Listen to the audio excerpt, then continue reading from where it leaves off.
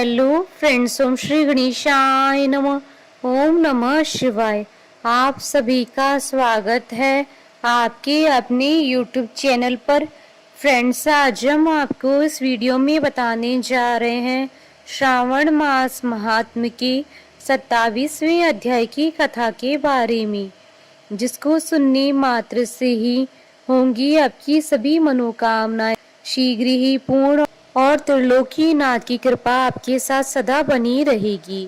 Friends, video शुरू करने से पहले आपसे रिक्वेस्ट है, अगर आप हमारे चैनल पर नए हैं और आपने अभी तक चैनल को सब्सक्राइब नहीं किया है तो प्लीज़ सब्सक्राइब कीजिएगा चैनल को, साथ ही प्रेस कीजिएगा बेल आइकन को, जिससे नए वीडियो से रिलेटेड नोटिफिकेशन आपको तुरंत प्राप्त हो सके। और वीडियो पसंद आने पर वीडियो को लाइक और शेयर जरूर कीजिएगा ताकि सभी भक्तों को इस वीडियो का लाभ प्राप्त हो सके। और कमेंट बॉक्स में ओम नमः शिवाय जरूर लिखिएगा। श्रावण मास महात्म्य सभी प्रकार के विघ्नों का नाश करने वाले तथा सारी सृष्टि का पालन करने वाले श्री गणेश जी तथा ज्ञान की दाता देवी श्री सरस्वती जी तथा सब पुराणों के कर्ता श्री व्यास जी तथा श्री गुरुदेव जी के चरण कमलों में नमस्कार करके भगवान की श्रद्धा और भक्ति रस से डूबे हुए श्रावण मास महात्म्य की कथा कहती हूँ। कर्क संक्रांति और सिंह संक्रांति में किए जाने वाले कार्य। ईश्वर बोले, हे सनत कुमार, श्रावण मास में कर्क संक्रांति तथा सिंह संक्रांति आने पर उस समय जो कृत्य किए जाते हैं उन्हें मैं आपसे कहता हूँ।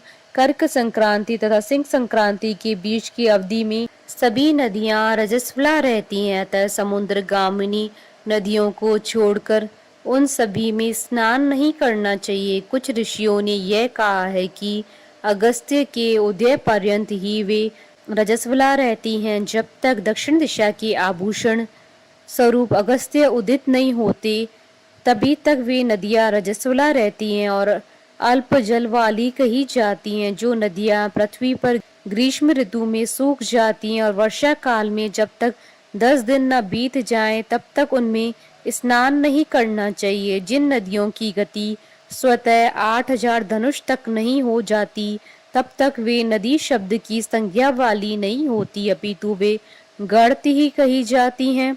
कर्क संक्रांति के प्रारंभ में 3 दिन तक महानदियां रजस्वला रहती हैं। वे स्त्रियों की भांति चौथे दिन शुद्ध हो जाती हैं। हे मुने, अब मैं महानदियों को बताऊंगा, आप सावधान होकर सुनिए। गोदावरी, भीमरथी, तुंगभद्रा, वेनिका, तापी, पयोष्णी, ये 6 नदियां विंध्य के दक्षिण में कही गई हैं।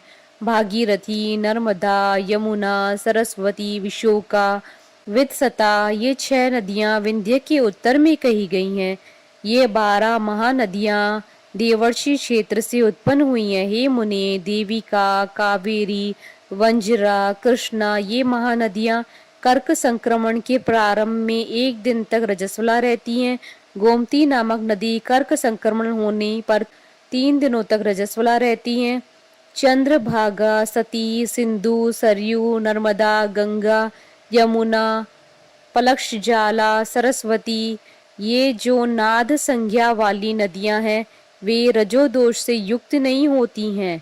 श्योण, सिंधु, हिरण्य, कोकिल, आहित, गग्गर और शतद्रु, ये 7 नाद पवित्र कहे गए हैं। धर्म द्रव्यमयी गंगा, पवित्र यमुना तथा सरस्वती, ये नदियां गुप्त रजोदोष वाली होती हैं, अतः ये सभी अवस्थाओं में निर्मल रहती हैं।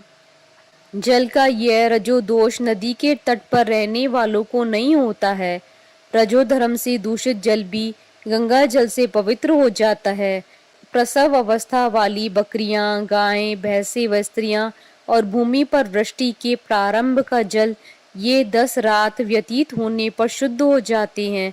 कुएं तथा बावली के अभाव में अन्य नदियों का जल अमृत होता है। रजोधर्म से दूषित काल में भी ग्राम भोग नदी दोषमय नहीं होती है।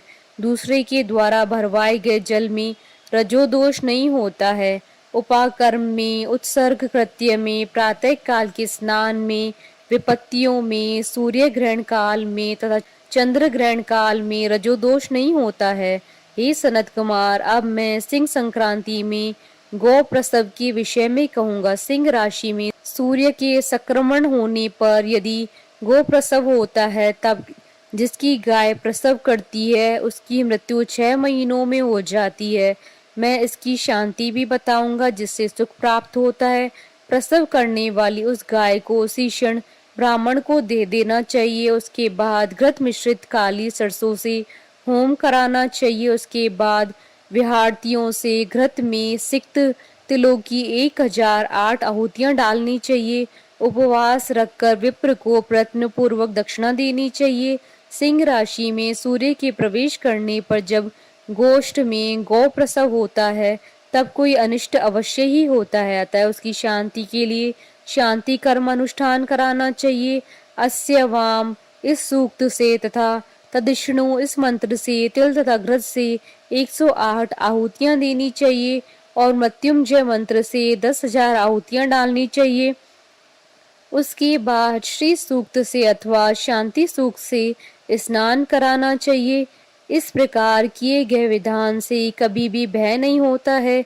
इसी प्रकार यदि श्रावण मास में घोड़ी दिन में प्रसव करे तो इसके लिए भी शांति कर्म कराना चाहिए।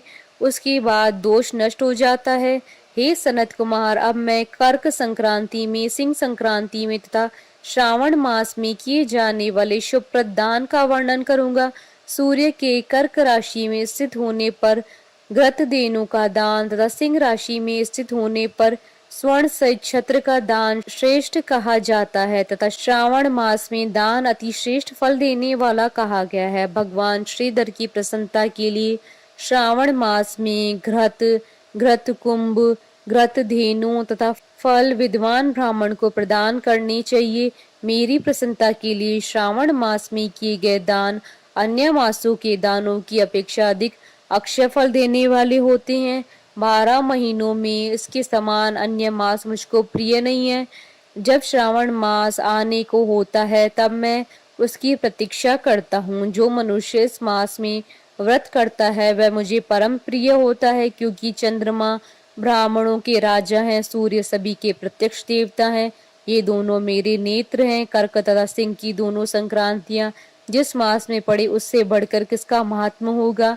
जो मनुष्य इस श्रावण मास में पूरे महीने प्रातः काल स्नान करता है वह 12 महीनों के प्रातः स्नान का फल प्राप्त करता है। यदि मनुष्य श्रावण मास में प्रातः स्नान नहीं करता है तो 12 महीनों में किए गए उसके स्नान का फल निष्फल हो जाता है। हे महादेव, हे दया सिंधु, मैं श्रावण मास में उषा काल में प्रातः स्नान करूंगा। हे प्रभु, मुझे विघ्न रहित कीजिए। प्रातः स्नान करके शिव जी की पूजा करके श्रावण मास की सतकथा का प्रतिदिन भक्ति पूर्वक श्रवण करना चाहिए। बुद्धिमान व्यक्ति इस प्रकार से ही मास व्यतीत करता है। अन्य मासों की प्रवृत्ति पूर्णमासी प्रतिपदा से होती है, किंतु इस मास की प्रवृत्ति अमावस्या की प्रतिपदा से होती है। श्रावण मास की कथा के महात्मा का वर्णन भला कौन कर सकता है। इस मास में व्रत, स्नान, कथा श्रवण आदि से जो 7 प्रकार की वंध्या स्त्री होती है वह भी सुंदर पुत्र प्राप्त करती है। विद्या चाहने वाला विद्या प्राप्त करता है, बल्कि कामना करने वाले को बल मिलता है। रोगी आरोग्य प्राप्त करता है, बंधन में पड़ा हुआ व्यक्ति बंधन से छूट जाता है।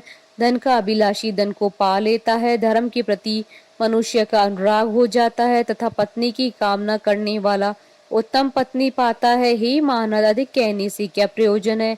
मनुष्य जो जो चाहता है उसको पा लेता है और मृत्यु के बाद मेरे लोक को पाकर मेरे सानिध्य में आनंद प्राप्त करता है। कथा सुनाने के बाद वस्त्र, आभूषण आदि से कथावाचक की विधिवत पूजा करनी चाहिए। जिसने वाचक को संतुष्ट कर दिया उसने मानो मुझ शिव को प्रसन्न कर दिया। श्रावण मास का महात्म सुनकर जो वाचक की पूजा नहीं करता है यमराज उसके कानों को छेदते हैं और वह दूसरे जन्म में बहरा होता है। अतः सामर्थ्य अनुसार वाचक की पूजा करनी चाहिए। जो मनुष्य उत्तम भक्ति के साथ इस श्रावण मास महात्म का पाठ करता है अथवा सुनता है अथवा दूसरों को सुनाता है उसको अनंत पुण्य की प्राप्ति होती है। इस प्रकार श्री स्कंद पुराण के अंतर्गत ईश्वर सनत कुमार संवाद में श्रावण मास महात्म में नदी, रजो दोष, सिंह, गो प्रसव, सिंह कर्कट, श्रावण स्तुति, वाचक पूजा कथन नामक 27वां अध्याय पूर्ण हुआ। बोलिए भगवान शंकर माता पार्वती जी की जय। हमारे साथ इस वीडियो में अंत तक बने रहने के लिए आपका धन्यवाद। ओम श्री गणेशाय नमः। ओम नमः शिवाय।